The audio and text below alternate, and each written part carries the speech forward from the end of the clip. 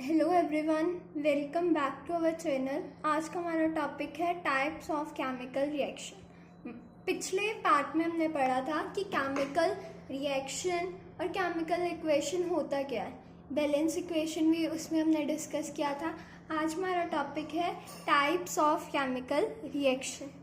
Combination reaction, first reaction है combination reaction. अब combination reaction actual में होता क्या है? वो रिएक्शन जिसमें हमें सिर्फ वन प्रोडक्ट मिलता है, एक प्रोडक्ट जिसमें दो रिएक्टेंट एक दूसरे के साथ रिएक्ट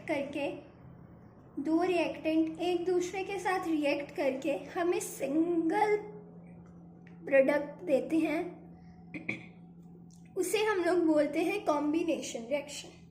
एग्जाम्पल मैंने यहाँ पे लिखी है, जैसे कार्बन है वो रिएक्ट किया है ऑक्सीजन के साथ और कार्बन डाइऑक्साइड जो सी है गैस की फॉर्मेशन हो रही है। अब यहाँ पे हमारे पास सिंगल ही प्रोडक्ट फॉर्म हो रहा है, इसीलिए ये हमारी है कॉम्बिनेशन रिएक्शन। आगे वाटर की एग्जाम्पल भी मैंने दी है। हाइड्रोजन रिएक्ट कर रहा है ऑक्सीजन के साथ, H2O फॉर्म हो रहा है, ये हमारी कौन सी है? Combination reaction. नेक्स्ट जो मोस्ट कॉमनली पेपर में पूछी जाती है, calcium hydroxide, calcium oxide hydroxide, calcium hydroxide की फॉर्मेशन कैसे होती है? कैल्शियम हाइड्रोक्साइड की फॉर्मेशन कैसे होती है? एक्चुअल में कैल्शियम ऑक्साइड को हम लोग क्विकलाइन भी बोलते हैं। ये बहुत इंपॉर्टेंट है, ये पेपर में पूछा भी जाता है कि क्विकलाइन का फॉर्मूला क्या होता है। CaO क्विकलाइन का फॉर्मूला है। जब CaO रिएक्ट करके है वाटर के साथ तो वो calcium hydroxide plus heat zone सा है सिक्रेट करता है, निकालता है उसमें से। कैल्शियम हाइड्रोक्साइड को हम और बोलते हैं स्लेक्ट लाइन, ये भी इम्पॉर्टेंट है। सो हमें यहाँ से दो चीज़ें पता चली, क्विक लाइन के बारे में और स्लेक्ट लाइन के बारे में। क्विक लाइन का फॉर्मूला हमारे पास है CaO और जो स्लेक्ट लाइन है उसका हमारे पास फॉर्मूला है CaOH2। एक और बात जो हमने स्लेक्ट लाइन के बारे में हम डिस्कस करेंगे कि जब भी हम स्लेक्ट लाइन मतलब CaOH2 को कार्बन डाइऑक्साइड की प्रेजेंस में रखते हैं, थोड़े दिन के लिए हम इसको कार्बन डाइऑक्साइड की प्रेजेंस में रखते हैं, तब वो क्या फॉर्म करता है? CaCO3 plus H2O। अब इसे हम क्या बोलते हैं? Calcium carbonate. कैल्शियम कार्बोनेट की फॉर्मेशन होती है। अब ये जो सा स्लेक्ट लाइन है ना, इसे हम मोस्टली वाइट वॉशिंग के लिए भी जो सा है यूज़ किया जाता है। यूज़ कहाँ पे किया जाता है? वाइट वॉशिंग के लिए भी जो सा है इसे हम लोग जो सा है यूज़ करते हैं। ये भी इम्पॉर्टेंट है, पूछा जाता है कि वाइट वॉशिंग्स, घरों में वाइट वॉश कराने के लिए, वॉल्स को वाइट वॉश करने के लिए हम किसका यूज़ करते हैं? हम स्लेक्ट लाइन का यूज़ जो सा है करते हैं। जब स्लेक्ट लाइन जो सा है वो CO2 और CO2 के साथ जब रिएक्ट करता है तब वो फॉर्म करता है कैल्शियम कार्बोनेट, जो कि हमारे घरों में जो वॉल्स होती हैं उन्हें शाइनी अपीयरेंस के लिए जो सा है रिस्पॉन्सिबल होता है, उन्हें एक शाइनी अपीयरेंस जो सा है प्रोवाइड करता है, और इसे ही हम वाइट वॉशिंग बोलते हैं। यही है जो वाइट वॉशिंग के लिए जो सा है यूज़ किया जाता है। अब इसे बनाया कैसे जाता है? मेन इसे स्लेक्ट लाइन की हेल्प से in the presence of carbon dioxide कुछ दिनों के लिए छोड़ दिया जाता है, 2-3 डेज के लिए उसे ऐसे ही रखा जाता है। फिर हमारे पास कैल्शियम कार्बोनेट यूज़ होता है और इसे हम एज अ वाइट वॉशिंग अपने घरों में यूज़ करते हैं, जो कि क्या करता है? हमारे घरों में वॉल्स को जोन सी है शाइनी अपीयरेंस जोन सी है प्रोवाइड जोन सी है करता है। सेकेंड टाइप की रिएक्शन है डीकम्पोजिशन रिएक्शन। डीकम्पोजिशन का मतलब ही क्या होता है? डिकम्पोज करना, मतलब किसी भी चीज़ को जब हम लोग ब्रेक करते हैं, डिकम्पोज करते हैं, उसको हम बोलते हैं डीकम्पोजिशन रिएक्शन। सो ऐसी रिएक्शन जिसमें एक सिंगल रिएक्टेंट होता है पर हम उसे आगे ब्रेक करते हैं और उसमें से दो या दो से ज़्यादा प्रोडक्ट्स जो से हैं फॉर्म होते हैं उसे हम बोलते हैं डीकम्पोजिशन रिएक्शन। जैसे हमने कॉम्बिनेशन रिएक्शन पढ़ा, उसमें तो हम अलग अलग रिएक्टेंट को कंबाइन कर रहे थे और फिर हमें एक प्रोडक्ट जो सा था मिल रहा था। और फॉर एग्जांपल हम कॉम्बिनेशन रिएक्शन को ही रिवर्स ले सकते हैं डीकम्पोजिशन रिएक्शन का। जैसे वाटर है, उसे अब हमने ब्रेक कर दिया और वो हाइड्रोजन और ऑक्सीजन की फॉर्मेशन कर रहा है। सो ये जो सा होगा ये हमारे पास होगी डीकम्पोजिशन रिएक्शन। अब जो डीकम्पोजिशन रिएक्शंस होती हैं उसकी हमारे पास 3 टाइप होती हैं। मैंने तीनों टाइप यहाँ पे लिखी है। फर्स्ट है थर्मल डीकम्पोजिशन। थर्मल मतलब होता क्या है? Heat energy. सो ऐसी इक्वेशन जो हीट के प्रेजेंस में हो रही होगी, जो हीट के प्रेजेंस में हो रही होगी उसे हम लोग बोलते हैं थर्मल डीकम्पोजिशन रिएक्शन। अब आप एरो के ऊपर ऐसे ट्रायंगल देख रहे होंगे, ये हमारा ये क्या इंडिकेट कर रहा है कि ये यहाँ पे जो रिएक्शन हो रही है वो कौन सी रिएक्शन है? वो थर्मल डीकम्पोजिशन रिएक्शन जो सी है हो रही है। सेकेंड मेरी रिएक्शन है electrolytic decomposition reaction. Electrolytic decomposition reaction मतलब वो रिएक्शन जिसमें हम इलेक्ट्रिसिटी को यूज़ कर रहे हैं कोई भी रिएक्टेंट को ब्रेक करने के लिए, ताकि उसमें से हम प्रोडक्ट जो से है ले सके। कोई भी एग्जांपल हम इसमें से, इनमें और भी एग्जांपल है जो हम लोग जो सा है ऐड कर सकते हैं, और भी एग्जांपल्स है जो हम इनमें जो सा है ले सकते हैं। जैसे इसमें मैं ले सकती हूँ कैल्शियम क्लोराइड की।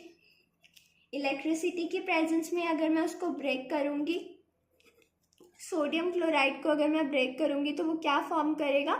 सोडियम प्लस Cl जो सा है वो जो सा है वहाँ पे जो सा है फॉर्म करेगा। ठीक है। नेक्स्ट अब हमारे पास है photochemical decomposition reaction. Photochemical decomposition reaction कौन सी रिएक्शन हुई? वो रिएक्शन जो सी है लाइट एनर्जी को यूज करके होती है, लाइट एनर्जी को यूज करके होती है, उसे हम लोग बोलते हैं फोटोकेमिकल डीकम्पोजिशन रिएक्शन। अब जैसे ये चीज़ें डिकम्पोज करती हैं उनके कलर्स भी जो से चेंज होते रहते हैं। जैसे AgCl है, सिल्वर क्लोराइड, उसका कलर होता है वाइट, पर जब वो डिकम्पोज कर जाता है सिल्वर और क्लोराइड में तब सिल्वर का कलर होता है ग्रेइश वाइट। क्लोराइड का तो हमें पता ही है, क्लोराइड का कलर होता है येलोइश ग्रीन। येलोइश ग्रीन जो सा कलर होता है। ये बेसिक कलर्स हैं, ये आप लोगों को साथ साथ में जो सा है लर्न भी करने पड़ेंगे। जैसे मैं एग्जांपल लूँ लेड नाइट्राइड की। लेड गिव्स यू, अगर हम इसे ब्रेक करेंगे, क्योंकि ये नाइट्रेट है तो कोई भी नाइट्रेट है उसमें से कौन सी गैस निकलेगी? Nitrogen dioxide gas.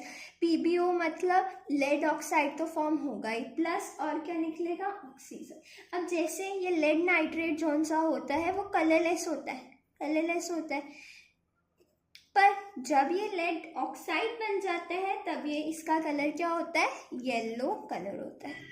Nitrogen dioxide का तो हमें पता है ये बेसिक गैस है, ये ब्राउन फ्यूम्स, ब्राउन कलर होता है इसका।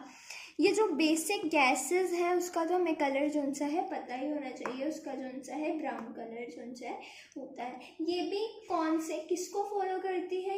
ये भी जो सा है हमारी थर्मल डिकम्पोजिशन में ही आएंगी। हीट देके हम लोग उससे जो सा है ब्रेक कर सकते हैं।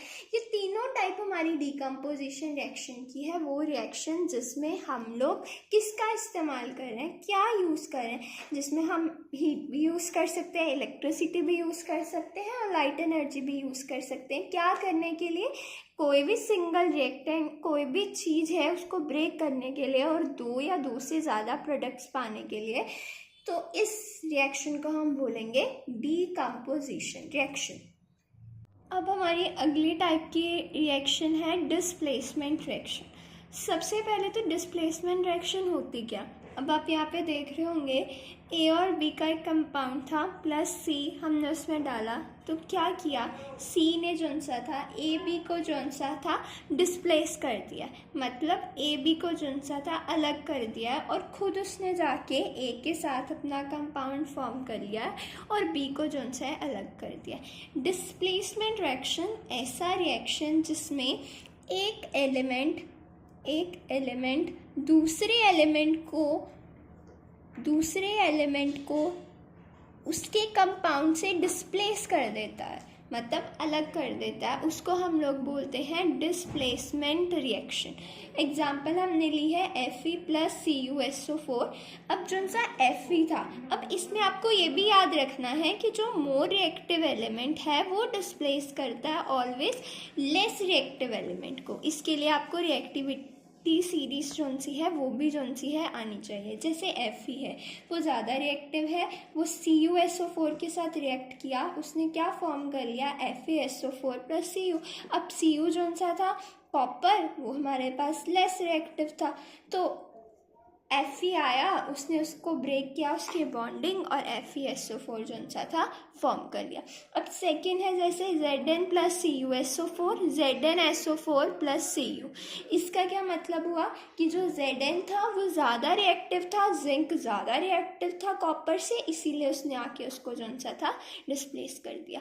ये सारी थी हमारे पास डिस्प्लेसमेंट रिएक्शन, वो रिएक्शन जिसमें एक एलिमेंट दूसरे एलिमेंट को जोन सा था डिस्प्लेस जोन सा था कर देता है। नेक्स्ट है हमारे पास डबल डिस्प्लेसमेंट रिएक्शन, जिसमें मोस्टली आइंस का चेंज जो सा है होता है। जैसे positive negative positive negative positive negative positive और नेगेटिव। आपको पता ही है कि अगर कोई कंपाउंड मोस्टली फॉर्म होता है उसमें जोन सा है वो आयनिक बॉन्डिंग ही जोन सी है होती है।